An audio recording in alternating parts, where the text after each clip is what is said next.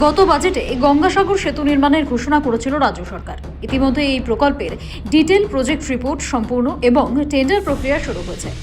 চলতি বাজেটে এই সেতু নিয়ে বড় ঘোষণা করল সরকার। অতিরিক্ত 500 কোটি টাকা বরাদ্দের প্রস্তাব রাখা হয়েছে।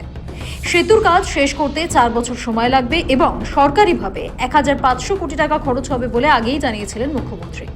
এবার আরও 500 কোটি টাকা বরাদ্দ করল মমতা বন্দ্যোপাধ্যায় সরকার। এই গঙ্গাসাগর সেতুর কাজ হয়ে গেলে তীর্থযাত্রী থেকে শুরু করে স্থানীয়দের সারা বছর সুবিধে হবে। এই সেতু 5 কিমি লম্বা এবং 4 লেনের। এই সেতুর নাম হবে গঙ্গাসাগর সেতু, এমনটাই জানিয়েছেন মমতা বন্দ্যোপাধ্যায়। সেই সেতু নির্মাণের বরাদ্দ বাড়ানো হলো। প্রতিবারই গঙ্গাসাগর মেলায় যাতায়াতের জন্য জলপথের উপরে নির্ভর করতে হয় পুণ্যার্থীদের। গঙ্গার জোয়ার ভাটারের জেরে অনেক সময় ঘন্টার পর ঘন্টা অপেক্ষাও করতে হয়। তাই মুড়িগঙ্গা নদীর ওপর সেতু নির্মাণের দাবি দীর্ঘদিনের। সেই দাবি মেনেই মুড়িগঙ্গা নদীর উপর গঙ্গাসাগর সেতু তৈরি করতে চলেছে রাজ্য, এমন ঘোষণা হয়েছিল গত বছর বাজেটে।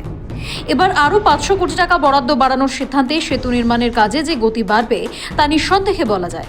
এই সেতু নির্মাণে রাজ্যকে প্রায় 12.97 একর জমি কিনতে হয়েছে। কাকদ্বীপ অংশে 7.95 একর জমি এবং কচুবেড়িয়া অংশে 5.01 একর জমি কিনতে হয়েছে রাজ্য সরকারকে। এই সেতু প্রথমে তৈরির কথা ছিল কেন্দ্রীয় সরকারের, কিন্তু মুখ্যমন্ত্রী মমতা বন্দ্যোপাধ্যায়ের অভিযোগ ছিল শেষ পর্যন্ত কোনো ইতিবাচক পদক্ষেপ কেন্দ্র করেনি। তাই রাজ্য সরকারই এই সেতু বানানোর উদ্যোগ নেয়। সৌভিক সানালের রিপোর্ট, সময়, কলকাতা।